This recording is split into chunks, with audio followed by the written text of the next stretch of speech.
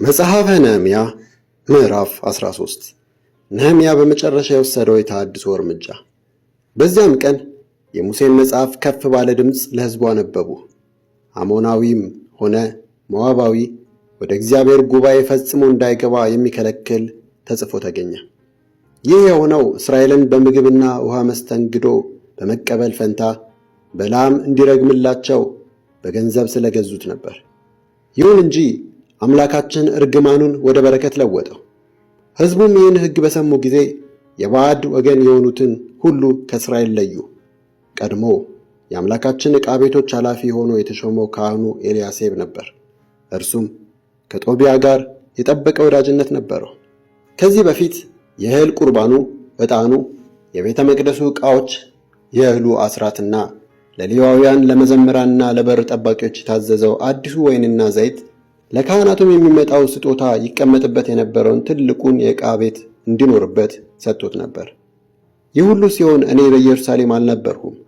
ምክንያቱም በባቢሎን ንጉሥ በአርጤክስስ 32ኛ ዓመት ተመልሼ ወደ ንጉሡ ሄጄ ነበር።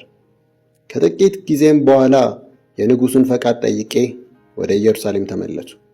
በዚያም ኤልያሴብ በእግዚአብሔር ቤት አደባባይ ለጦቢያ አንድ መኖሪያ ክፍል በመስጠት የፈጸመውን ክፉ ድርጊት ተረዳሁ። እኔም በጣም አዘንሁ። የጦቢያንም የቤት ዕቃ ሁሉ ከክፍሉ እያወጣው ወደ ውጭ ጣልሁ።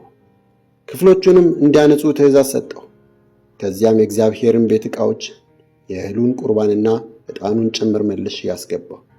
እንዲሁም ለሌዋውያን የተመደበው ድርሻ እንዳልተሰጣቸውና አገልግሎቱን በኃላፊነት የሚመሩ ሌዋውያንና መዘምራን ሁሉ ወደ የርስታቸው መመለሳቸውን ተረዳሁ።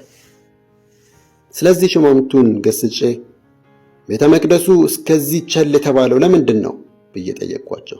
ከዚያም እነርሱም በአንድነት ሰብስቤ ወደ ምድብ ሥራቸው እንዲመለሱ አደረግሁ። ይሁዳም ሁሉ የእህሉን የአዲሱን ወይንና የዘይቱን አስራት ወደ ዕቃ ቤቶቹ አስገቡ። ለዕቃ ቤቶቹም ካህኑን ሰሌምያን፣ ጸሐፊውን ሳዶቅና ፈዳያ የተባለውን ሌዋዊ ኃላፊ አድርጌ ሾሙ መደቡ። እንዲሁም የመታንያን ልጅ የዘኩርን ልጅ ሐናን ረዳታቸው አደረጉ። ምክንያቱም እነዚህ ሰዎች ታማኞች ነበሩ። ሥራቸውን ለወንድሞቻቸው የተመደበውን ቀን ለማከፋፈል ነበረ።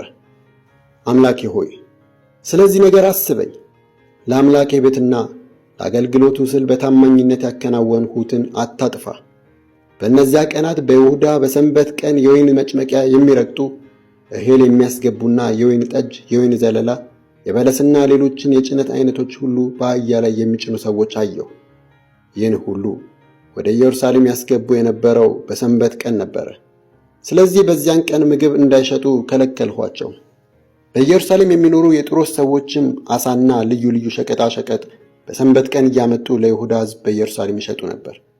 እኔም የይሁዳን መኳንንት በመገሰጽ እንዲህ አልኳቸው፣ ሰንበትን በማርከስ የምትፈጽሙት ክፉ ድርጊት ምንድን ነው? የቀድሞ አባቶቻችሁ ያደረጉት ይህንኑ አልነበረምን? አምላካችንስ ይህን ሁሉ ጥፋት በእኛና በዚች ከተማ ላይ ያመጣው በዚሁ በደላችን አይደለምን? አሁንም እናንተ ሰንበትን በማርከስ የባሰ መከራ በእስራኤል ላይ ታመጣላችሁ። በሰንበት ዋዜማ በኢየሩሳሌም በሮች ላይ የምሽቱ ጥላ ማረፍ ሲጀምር በሮቹ እንዲዘጉና ሰንበት እስኪያልፍ ድረስ እንዳይከፈቱ አዘዙ። በሰንበት ቀን ጭነት እንዳይገባም ከራሴ ሰዎች አንዳንዶችን በየበሩ ላይ አቆሙ። የልዩ ልዩ ሸቀጣሸቀጥ ነጋዴዎችና ቸርቻሪዎች ከኢየሩሳሌም ውጭ 1 ወይም 2 ጊዜ አድረዋል። እኔ ግን ከቅጥሩ ውጭ የምታድሩት ለምንድን ነው? እንዲህ ያለውን ነገር ዳግመኛ ብታደርጉ እጅን አነሳባቸዋለሁ ስል አስጠነቀቅኳቸው። እነርሱም ከዚያን ጊዜ ጀምሮ በሰንበት ቀን አልመጡም። ከዚያም ሌዋውያኑ ራሳቸውን እንዲያነጹ ሄደውም የቅጥሩን በር እንዲጠብቁና የሰንበትንም ቀን እንዲቀድሱ አዘዝኋቸው። አምላኬ ሆይ ስለዚህም ደግሞ አስበኝ፣ እንደ ታላቅ ፍቅርህም ብዛት ምሕረት አድርግልኝ። በእነዚያም ቀናት የአሽዶድን የአሞንና የሞዓብን ሴቶች ያገቡ አይሁድ አገኘሁ።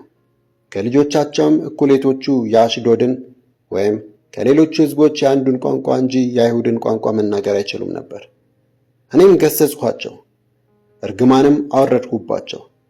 አንዳንዶቹን መታዋቸው፣ ጠጉራቸውንም ነጨው። በእግዚአብሔር ስም እንዲህ ስል አማልኋቸው፣ ሴቶች ልጆቻችሁን ለወንዶች ልጆቻቸው አትስጡ፣ ሴቶች ልጆቻቸውንም ለወንዶች ልጆቻችሁ አትውሰዱ። የእስራኤል ንጉሥ ሰሎሞን ኃጢአት የሠራው እንዲህ ከመሰለው ጋብቻ የተነሣ አይደለምን? በብዙ መንግሥታት መካከል እንደርሱ ያለ ንጉሥ አልነበረም፣ በአምላኩም የተወደደ ነበረ። እግዚአብሔርም በእስራኤል ሁሉ ላይ ንጉሥ አደረገው። ነገር ግን ባዕዳን ሴቶች ወደ ኃጢአት መሩት። እናንተም ደግሞ ባዕዳን ሴቶችን በማግባት ይህን የመሰለ ታላቅ በደል እንደምትፈጽሙና ለአምላካችንም ታማኞች እንዳልሆናችሁ መስማት ይገባናልን? ከሊቀ ካህኑ ከኤልያሴብ ልጅ ከዮአዳ ልጅ አንዱ የሆሮናዊው ሰንበላጥ አማች ነበረ። እኔም ካጠገቤ አባረርሁት። አምላኬ ሆይ የክህነትንም ማዕረግ የክህነትና የሌዋውያንን ቃል ኪዳን ስላረከሱ አስባቸው። ስለዚህ ካህናቱንና ሌዋውያኑን ከማናቸውም ባዕድ ነገር ሁሉ አነጻዋቸው። እያንዳንዱንም ተግባር በመለየት በየሥራ ቦታቸው መደብኋቸው። የተወሰነው ጊዜ ስለሚዋጣውም የማገዶ እንጨትና ስለ በኩራቱ መመሪያ ሰጠው። አምላኬ ሆይ በቸርነት አስበኝ፣